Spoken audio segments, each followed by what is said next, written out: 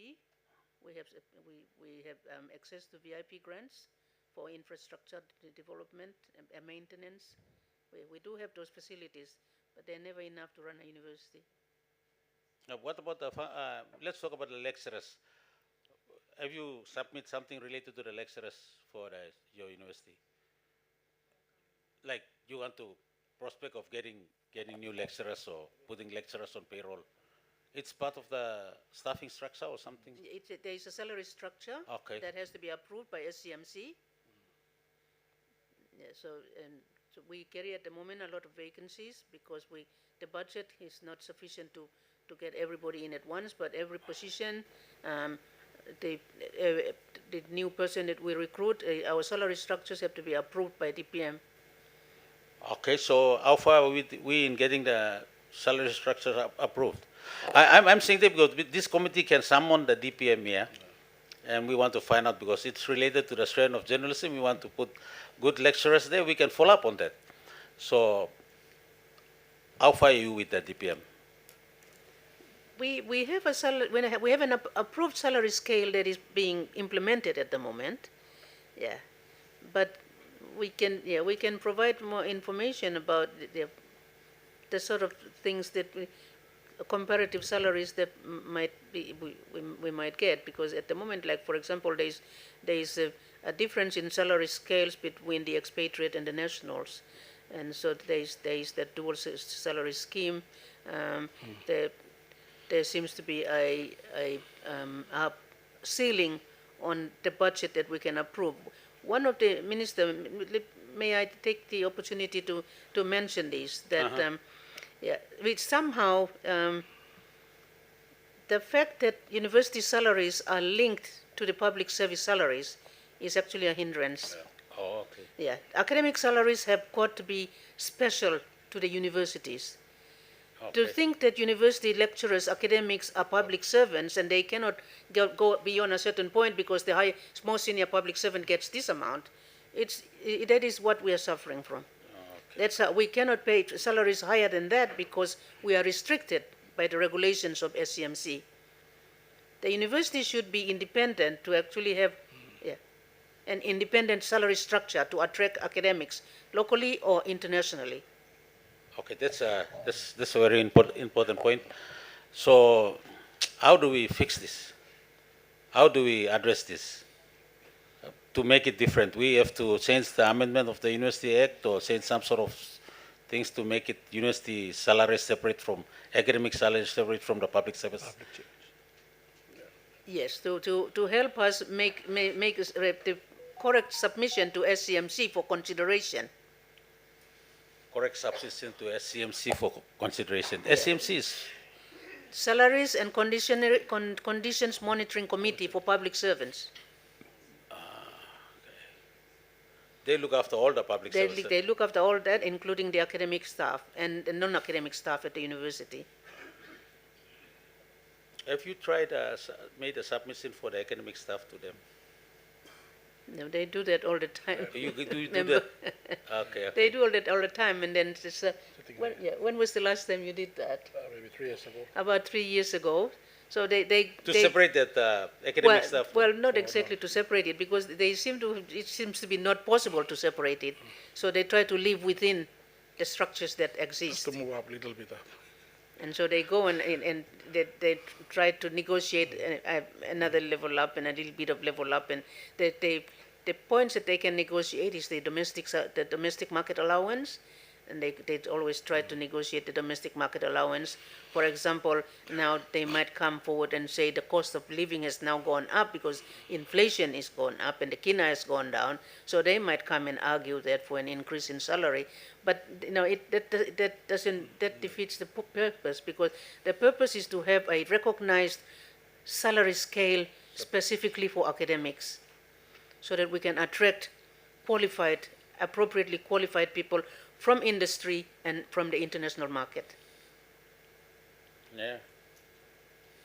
Okay, we will address the issues of the media, but then, this came up. That's a scope that the committee does not have, but we have to find a way to get that get to that by using the journalism thread.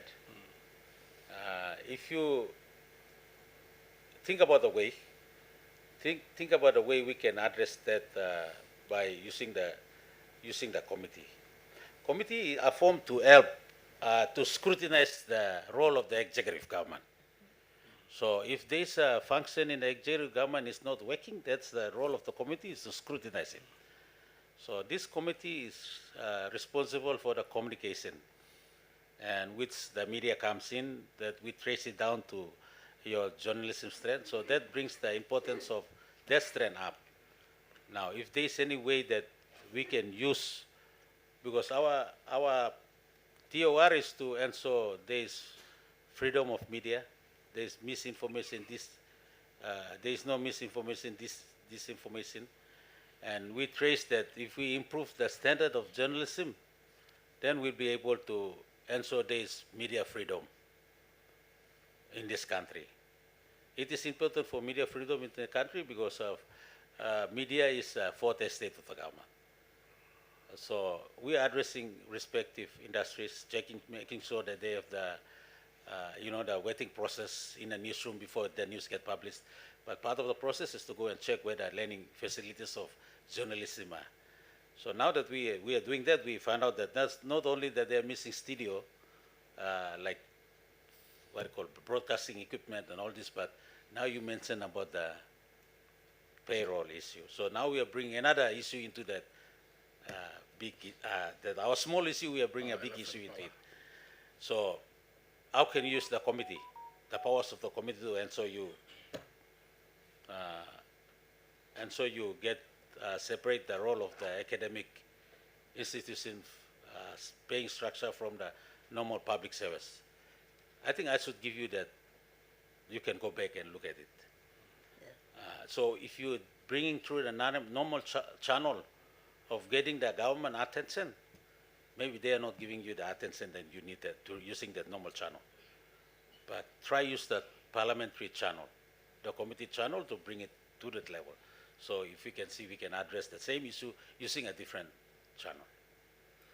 Thank you, Chairman. But we cannot leave the rest of the university behind. Can, as a matter of strategy, we use journalism, but we have the whole university. We need academics across the university, because the numbers are very low at the moment, and it's really because of the salary system. It's linked to the public service. If it can be separated and be allowed to, we pay for the skills that we need, that will be that is somewhere where this parliamentary committee can help, because in order to do all the things that you're talking about, to eliminate misinformation and disinformation, and to make the media more effective, is to train these journalists properly, to have the facilities, to have the academic staff. When we come back to the school system, when we talk about the quality of education, we forget that the most important element there is really the teacher. You cannot improve the education system without the teacher. Teachers' terms and conditions of service in the school is poor. Their salaries are poor. You come to the university, it's exactly what we're saying now. Academic salaries have got to improve in order that the training of journalists can be improved, in order that the facilities can be improved. It's just that straightforward, Chairman. No, that's good, because we'll use the journalism strategy to summon the department. Ask the Department of Higher Education to also give their thought about that.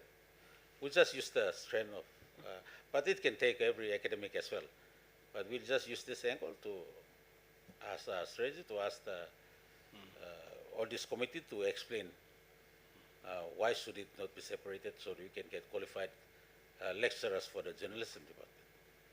So let's try to use this one. So if you can come up with something, and we can, as a committee, we can also ask them to come and we can ask them about why this is not happening. Thank you. Am I right? Huh? Yeah, thank you very much. Yeah. Okay, good. I think we we went to the core of the issue. Am I right? Yes. Yeah. Thank you very much. Thank you. But what about there's other things that like resource. What do you think to plan to have the like some uh, comment from the community is at least we should revive that news reporting in the university. There's the journalism department, so there should be a newspaper in the university, a sort of TV in the university. Uh, what else? Radio in a university, and all these things. That the studio, basically, the studio back in the. So will you be able to do a proposal for me Yeah, yeah, to have those in place? yeah. I think with the powers of the committee, we can be able to source funding for you to have those in place. Not from the maybe the government as much, but from the community as a whole. We have the media council, we have the postgraduate national, all these things. So we can use that avenue to assist back, give back to the university. What do you think, Emily? So, what are we doing? Thank you, Chairman. Actually, we have the unit of war. I think it was talked about in this inquiry. We actually have it running, but it's at a small scale because of the challenges we are faced with. Can I just bring to your attention that with what Professor Marai said, the teaching staff, the ratio is 1 is to, the extreme is 120 students.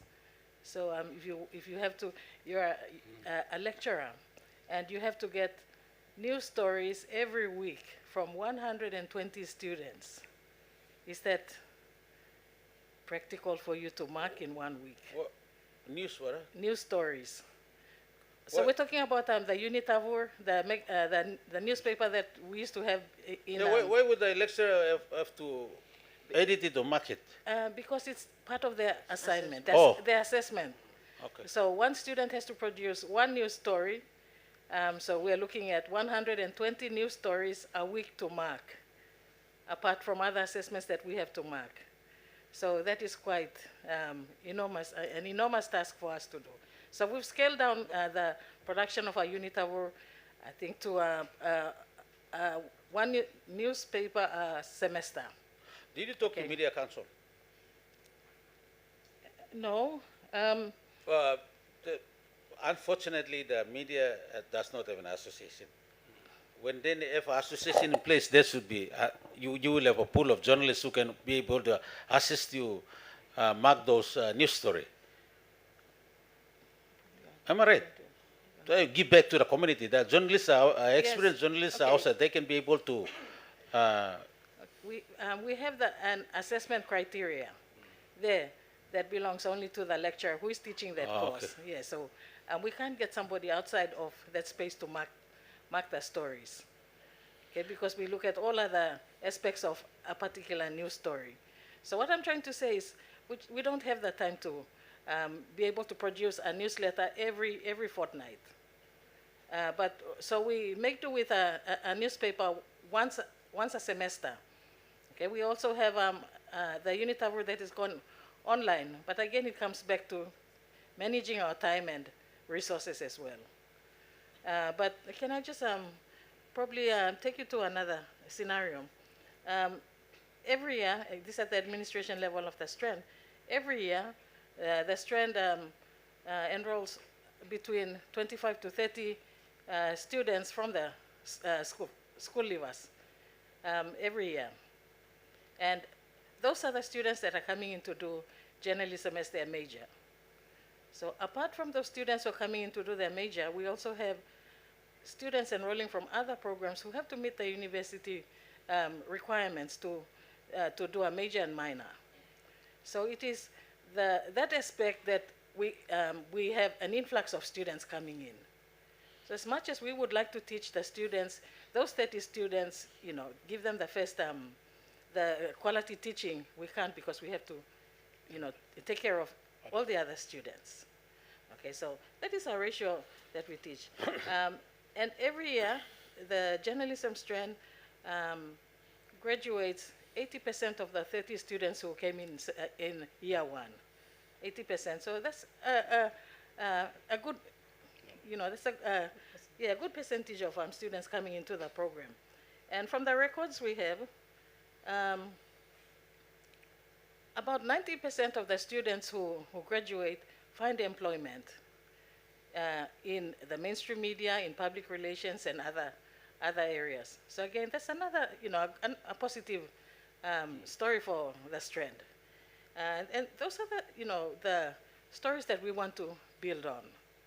We want to make all our students become reporters like Claudia Talley, who is doing very well at Post Korea, Jamie Harrow, just to name some. Okay, we'd like, to have all of them go there. But again, the challenges we are facing. So, yeah, I'll leave it at that. Doctor, you might want to. Thank you, Chair. Those are some of the stories that Emily is experiencing. That's why she's sharing them within the strand of journalism. Chair, you asked a question regarding what are we doing to improve on the challenges that we have.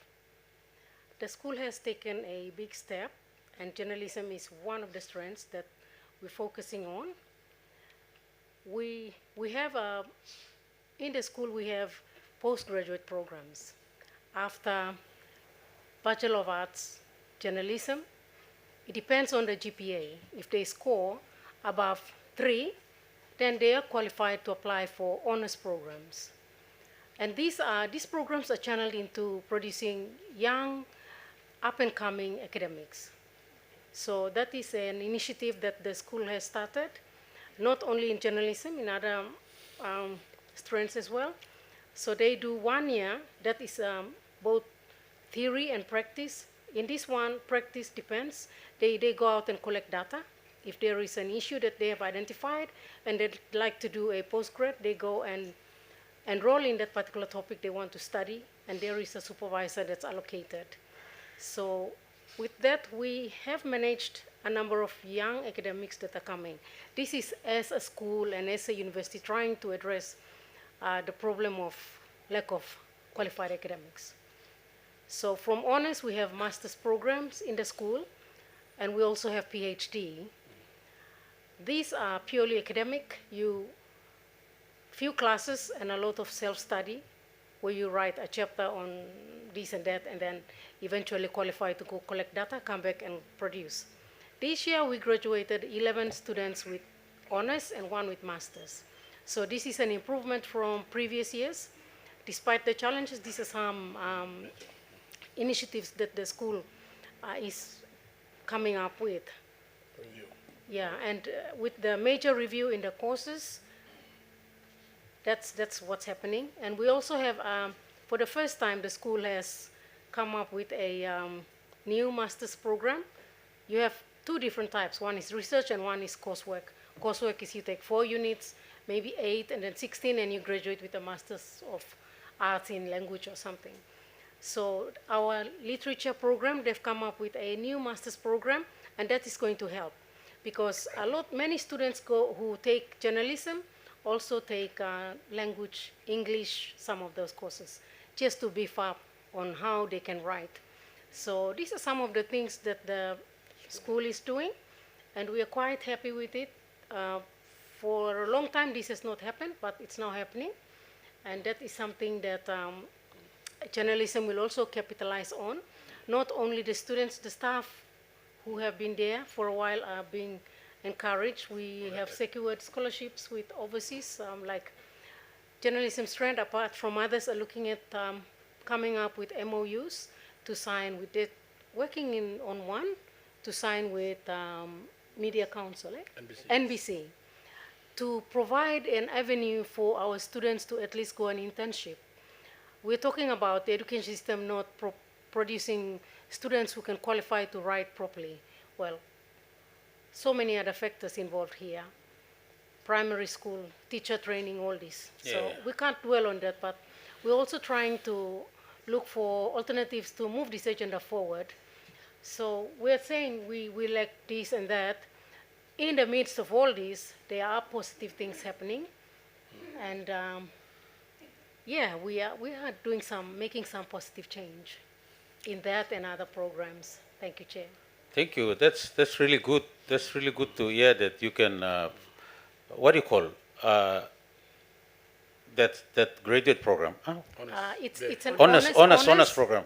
It's called we're trying to produce future academics, and they're called academic teaching fellows. Teaching So they fellows. finish from their honors program and they go into their particular disciplines, and they help to teach, they help to do research, all these marking, and they are tailored for becoming future academics. Okay, that's good. So for your honors program, do you get people out from the industry into that program too? Yes. Thank you, Chair. You ask another question. Can those who are already working come on board and study?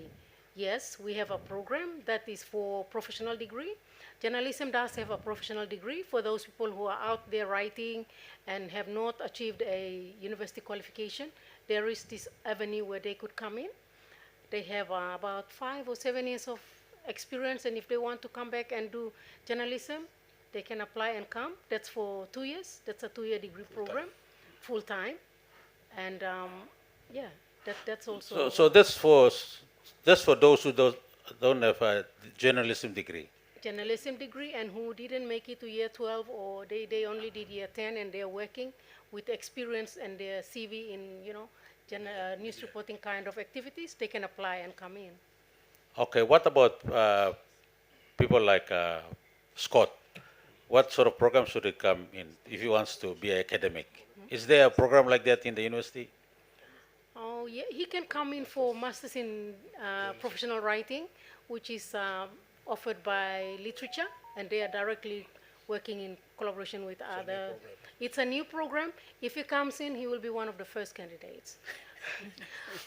We just had it endorsed by the Senate, and it's going to go through the council, and then it will be an offer comes 2025. Oh, that's really good. Yeah. People are generous. So now we will have a master's program specifically for journalism, For No, for professional everybody. writing. for Professional everyone. writing, everybody. professional writing for everybody. Any kind of writing. And it's good for journalists, and also if we have that program will also carry a research component of it. So if journalists want to come in and they want to write on a specific issue, that can happen. So after professional writing, they can go and teach as academic, They want to. If they want to, Yeah. because that will get them masters. yes. Okay. So that could be a pathway from a ex-journalist student from UPNG going through that program and then come and teach again in UPNG. Possible. It's Huh? possible. That's It's possible. Yeah. Okay, all right, good. We just need to fix the salary to keep them there. Certainly. But at least we have a process in place. So that's all is not doom and gloom. At least we have. Thank you for that information. We just need to get them to organize themselves in terms of association and all this, and then you can use that process to educate them on the pathway available for them to go back to university, get a degree, master's. Then you can impart you already have the experience, so you impart your skills and experience to the upcoming students. I think that sounds a bit. Am I right? Huh? Yeah. That's any more things you're not telling me that you are working on? Yeah, Chair. Ah, Just to add on what, sorry, my name is Benson. okay. Just to add on what Ms. Emily and the Vice Chancellor and everyone has said, we would like to see that those practicing journalists with wealth of experience come back to the university. That's what we want to see. But the university has a minimum standard to meet, and the minimum standard is that everyone must be qualified. The minimum is a master's, and that's what the university has said now. So, on record, that is something that we want to challenge our mainstream journalists in the mainstream media to get your master's and come back and contribute what you already know in terms of your experience to teach our students. Yeah, so basically that's just to add on to what. No, Yeah. you're right. Thank you. Now, the pathway is there.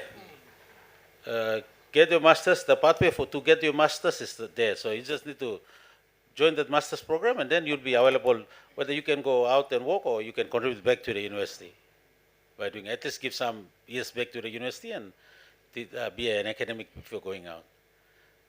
If it is not attractive, then we have to work to make it attractive in that sense.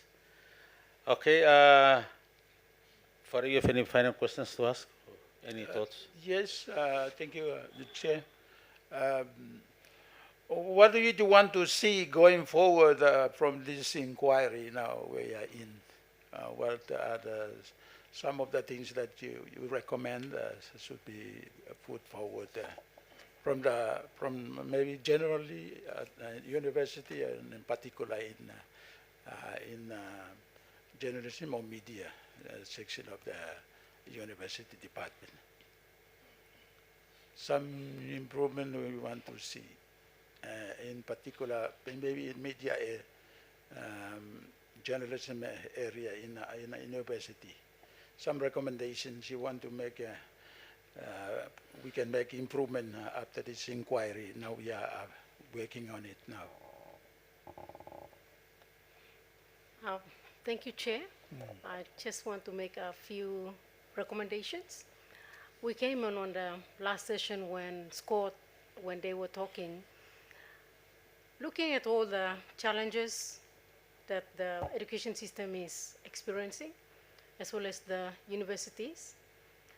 I would recommend that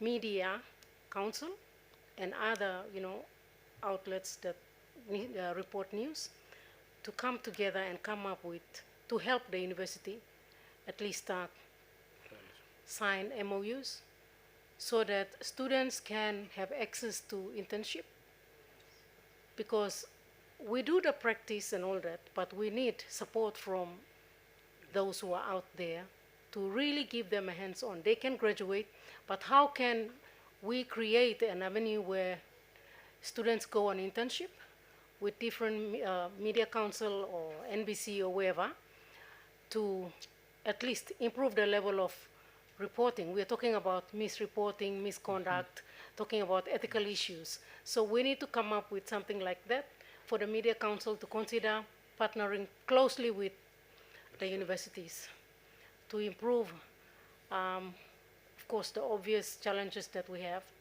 That's one. The other is for recommendation to, maybe it's not the right place, but everything must happen in a holistic manner. So looking at the Department of Education and the kind of teachers, is the Department of Education preparing the teachers before asking them to implement a new program? Remember, the teacher must be well-versed and must be qualified and must be confident in delivering a new syllabus of some sort. So that's important. So this is for the media, but unfortunately it will have to link up with other major stakeholders. That's my personal opinion. And I think it's very, very important, because the journalists, they come out from schools and they go to universities. And all these important stakeholders must work together to provide or to get the product that we want. We can't sit there and throw stones or point fingers at one another. That can't happen. I mean, if it continues to happen, yeah, so be it, but there has to be some form of positive outcome from this. And those are my two suggestions, recommendations. Thank you. Thank you. Any other person apart from the team? And make some. Yeah, I think we've said those things. Thank you, Father. Facilities. We need to build those facilities to get our students acquainted with those technology. And then when you come to today, this afternoon, you'll see actually what's on the ground. And facilities we don't have facilities that will train our students better in producing what media expects from them. So we need to look at it. It's immediate, We need to have those facilities, studios, all kinds of rooms that the journalists need, or the technology that they need. We need to upgrade. Students are interested. They are there. And then secondly, we need staffing, as the VC has said. We need staffing. number of students to staff. You see, Emily can train them properly how to write because she got 100 students to deal with within a week. So this sort of thing, with more beefing number of staff and getting our students to produce quality reports and so on. So staffing is an issue that we need to beef up our staff from not only journalism but all across the university. Yeah. Having this issue and the equipments or the facilities. Yes. Thank you, Honorable Simon. Yes. In regards to courses, how do you see the courses in the university, especially particularly in media area, apart from other departments? In the media, how do you see review of courses that involve improving students' level of academic achievement? In fact, as my Deputy Dean has stated earlier, we are going under major review. Since I became the Dean in 2022, we made major reforms in terms of reviewing all our programs, including journalism. And they are doing wide consultation now. I think Emily stated that they went last year, I think. Yeah, Consultation with other stakeholders to create a syllabus, or let's say program, that will be reflective, or let's say be industry-driven or sector-driven. So that's what, in other words, we are trying to reorganize the curriculum to suit and also it will form in a sense of getting up to that fourth layer, if you want to look at it that way. So that's a good thinking that has come into play. So we could figure it out, how to play it out in that space. Yeah, thank you so much. I think university academic intellects, government needs them a lot. So I think we're looking forward to your recommendations are important to make improvement to the institution, especially university and the Department of Media in Papua New Guinea. That is important because from the intellectual or learning from the university academic, we are shaping the nation. We are shaping the Papua New Guinea as going to a different level, next level, with the challenges of global challenges that is with us, especially in terms of communication and technology that is improving with us, and we continue to seek your recommendations, especially towards government. And this is one area we are now seeking information, your contribution particularly to improve all areas of university operation, and particularly media area of because it communicates powerful message across the citizens of Papua New Guinea, and it must give a good balance reporting and good informed messages bring across the country, and of course beyond Papua New Guinea globally, that we are developing into a next level. Thank you. Thank you. I think I mean, the pushback they pushed to the university in terms of standard of journalism and all this. After this inquiry, we found out the reason why why I call it staffing issues. If it's staffing issues, it's related to the type of the payroll issues that we have. The payroll is not at the level where it can attract good staffing. And we also learned about the program that you guys have, the honors program. Professional writing. Yeah, professional writing program. And also what you guys are doing in terms of facilities, that we can also work with them. So it's not just facility issues, it's the staffing and it's the payroll and it's the all issues that combined that cause the standard to drop. And you just pointed out that the industry should be able to create this intensive program. So it's all across. All of us are contributing to the same issue we have. But we all must recognize that the media is the fourth estate of the government. And it plays a vital role when the executive government and the legislative and the judiciary are keeping quiet on something. Then it's the role of the media to stand up and represent the people and expose the road or whatever happening. That's the very important part. It's not written in any constitution or anything, but it's the norm in all other democracy that media plays a very important role.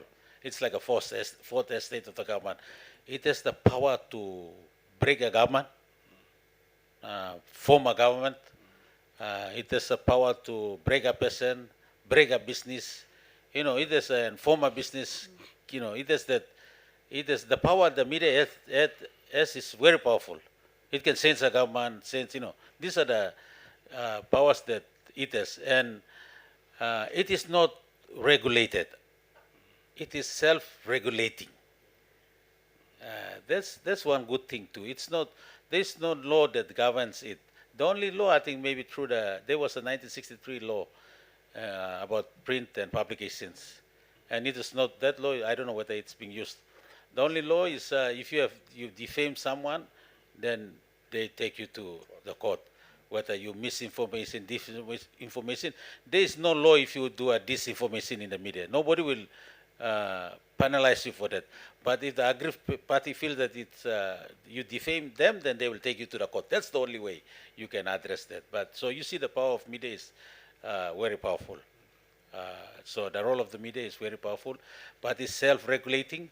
So as the committee, we are checking those areas where, because it is self-regulating, what is it doing to ensure there is self-regulation happening? So as per our inquiry, we check those various department, ICT, Department of ICT, NBC, PM's department, and NICTA also will be attending. So the censorship board, the cybercrime police are being brought before, the Deputy Police Commissioner is being brought here. And we also bring Post-Korea National Daily, what they're using in terms of making sure that the self-regulating environment is functioning. It's functioning, it's working, so that to make media as free as it is. So some of the areas we covered until just journalism, where college journalism, university you provide the journalism course. When we go to Meding, we'll be also doing the same to the Meding University. And if we travel to the regional workshop in islands, we'll be doing the same too, just to see how that inquiry can help in those areas to make your self-regulating be, practice that. We also brought in the social media, personal. I don't know whether you guys were here when it came in. So everyone in the mainstream media is saying that the social media is unregulated, like they're the one that's spreading all this misinformation and disinformation and fake news and all this, and that's very true. But we brought the influencers in so that we can get them to work together to be self-regulating also in the social media space. So that's some of the things that the committee will do, and as part of the recommendation, some recommendation will go before the Parliament. Some recommendation will be something that we have to come and work with the industry again to make sure, like, for it to happen. Like the association, we realize that it's important to have a journalism or media side of association where you group all together. So things like training or other issues that can be raised together in the association and all this. So that's how far we have come. And Miblatok, thank you also, University Vice Chancellor and your Pro Vice Chancellor and head of the not the strength, the school and head of strength and 2 lecturers. And now I'm getting the names right now. So thank you for making your time available. We will visit go together with you to visit the university and to see how it is. But see it as an opportunity. If some part you are pushing and it's not working, it's not getting the attention in it, there may be other options that we can use to get the attention that you need in your university. So that could be one pathway to push. Okay, I think the inquiry it's not ending. We are just going for a recess. We will do a formal announcement for when the next regional inquiries will be. Now, because of the, we are in the vote of no confidence fever, and things are not stable. So we couldn't do an announcement on when the next regional inquiries will be. So after we have the parliament session, or during when we have the parliament session, then we'll be able to give dates for the regional settings.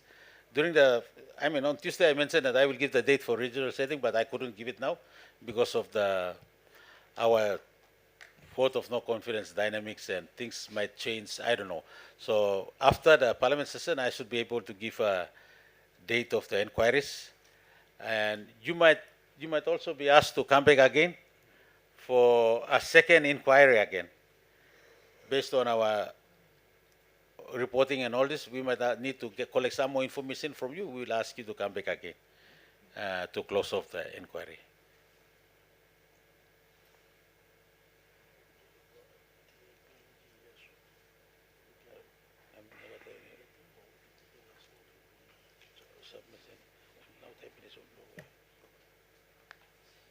So if TIPNG you are in, I'm already close, so I'm ready to go. So we can have a retail submission, but don't worry, when the next set of inquiry come on, you can come and give. After the regional inquiry, we'll have one more day of inquiry. So during the time, you can come and give your inquiry, your statement, or your submission concerning the terms of reference.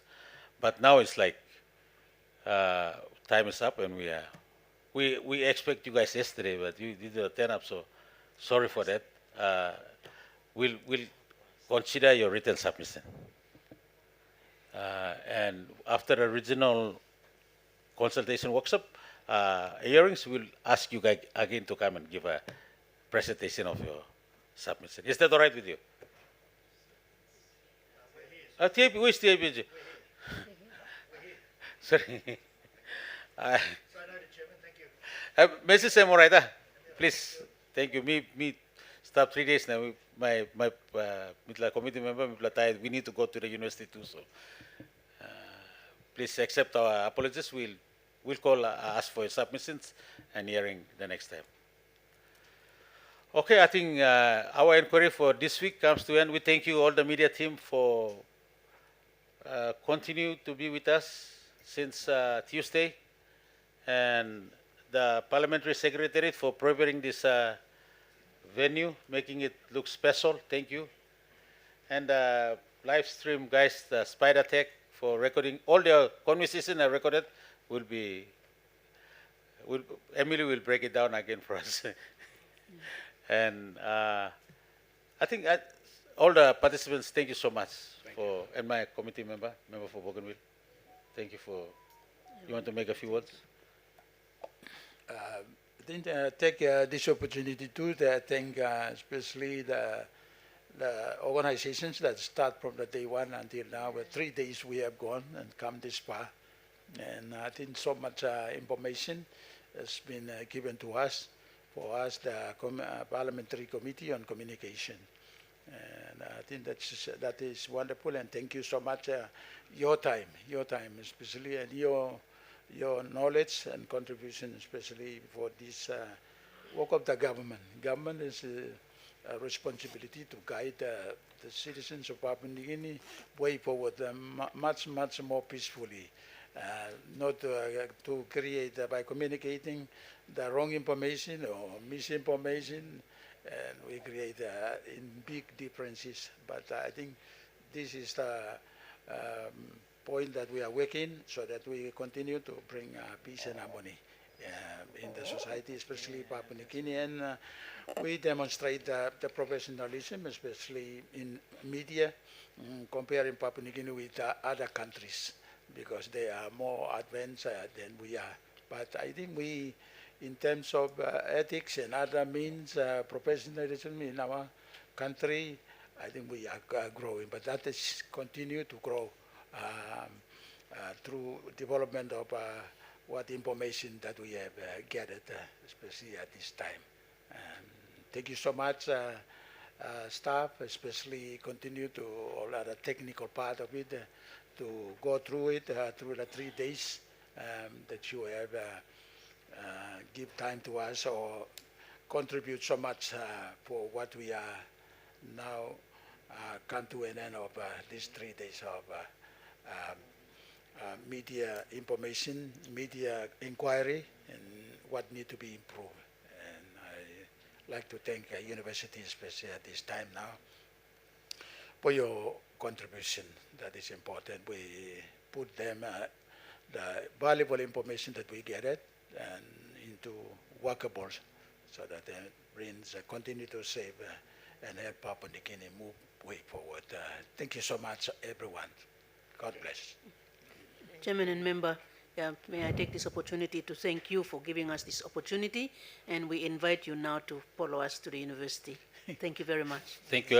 Before we go, we just passed the legislation that PNG is a Christian country. And so we start our day with a prayer, word of prayer, and we close with a word of prayer. To show that we passed the legislation, so as member of parliament, we must so practice what we passed. So now I will invite my father to say a word of prayer. Thank God for giving us a good time during the week, 3 days, and all the media community for their faithful attendance to this. We actually made front page on Wednesday. That was very good, post-Korea and also national news stories. So that's good. We bring awareness of the media to the other members of the country. So Pastor, please send us home with a word of prayer. Let us pray. God our Father, we thank you for being with us throughout 3 days of being together in the acting, especially in this media inquiry, work to improve the form of communication, means of communication in our country, especially. So we thank you for all the work that you have guided us, especially the spirit that you have led us this far at this time. And we thank you so much of the contributors, especially those media organizations, institutions, individuals and persons that we have come about in these 3 days. So we thank you for their wonderful contribution. Thank you for all other who have contributed so much in this work of media inquiry, especially for the committee, Parliamentary Committee on Communication. We thank you for so much in this time that we have gone through it. Continue to ask you, continue to guide us, guide Papua New Guinea, guide the work of the government and the people. The media organization is the communication is a vital area of humanity, human person, to communicate in order to live together, to create understanding, to empower each other, to continue through the communication. We solve differences by getting dialogue across to one another, and this is one of the forms that we have come this far, especially for these 3 days. We thank you so much. Continue to help the work of media, especially those who are in the field of communication, especially Department of Communication in government and all institutions, especially universities and colleges, and those of different media organizations. God the Father, we thank you and we ask this and thank you through Christ our Lord. Amen. Hey. Okay, thank you. Mr. Butler.